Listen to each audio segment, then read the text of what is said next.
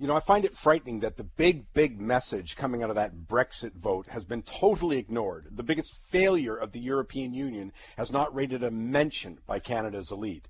The political establishment, from public sector unions to politically connected businesses to the mainstream commentariat, refused to acknowledge the abject failure of the European welfare state economic model. The de facto bankruptcies across southern Europe, double-digit unemployment in the majority of countries, youth unemployment at times over 50% in some instances, been totally ignored. Yet that's the underlying story. The EU model regulates entrepreneurship out of existence in favor of politically connected big businesses. Organized labor stacks the deck against new workers with its protectionist seniority system. It discourages any kind of capital investment by making it all but impossible to fire even the most incompetent, unreliable, unproductive workers. So businesses, of course, are reluctant to hire.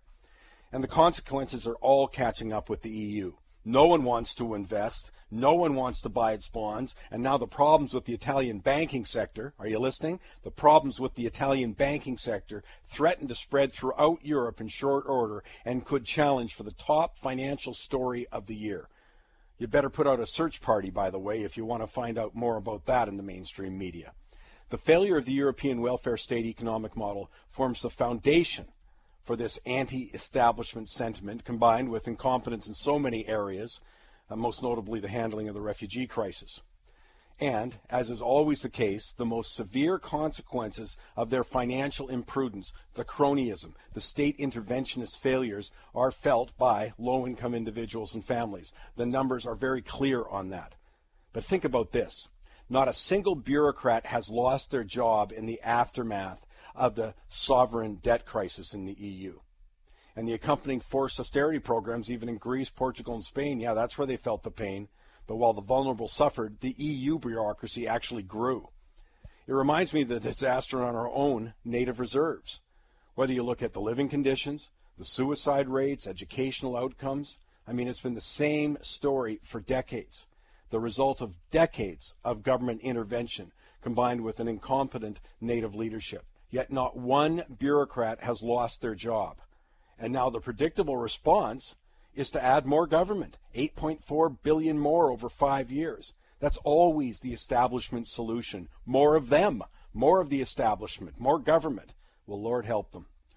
The consequences are obvious, though, that the European welfare state economic model, so beloved by the progressive left, embraced by the Alberta NDP, Ontario Liberals, has failed to such an extent that the response of millions of pro-Brexit voters, when told of dire consequences they'd face if they voted to leave the EU, basically said, how could it get worse? It's the same sentiment for many of Donald Trump's supporters. He may be this or he may be that, but the response is, how could it be worse? Well, it couldn't be for 95 million permanently unemployed Americans. It probably couldn't be for many of the rioters in Ferguson, Missouri, Baltimore, Maryland. That's a sentiment that's aimed squarely at the establishment. And the stats are very clear. While the elites prospered, a huge chunk of the population didn't. It's amazing to see Hillary Clinton, the elitist poster child, poster person for the disparity in the income, in the difference in economic performance. Well, she's forecast to win the presidency. By their own statement, the Clintons left the White House 500 grand in debt, now estimated to be worth over 200 million. And the only job either of them has had is political.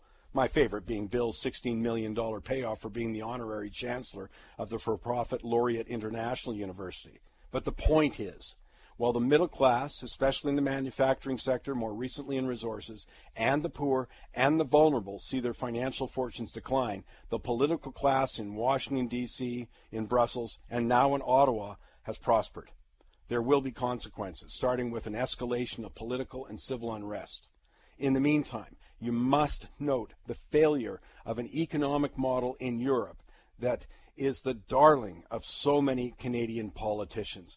More bureaucracy, more government intervention, higher taxes. It is a recipe for economic stagnation, as Europe has made crystal clear, and yet that hasn't occurred to our political class. I mean, it's amazing to see them learn so little from what's gone on in Europe.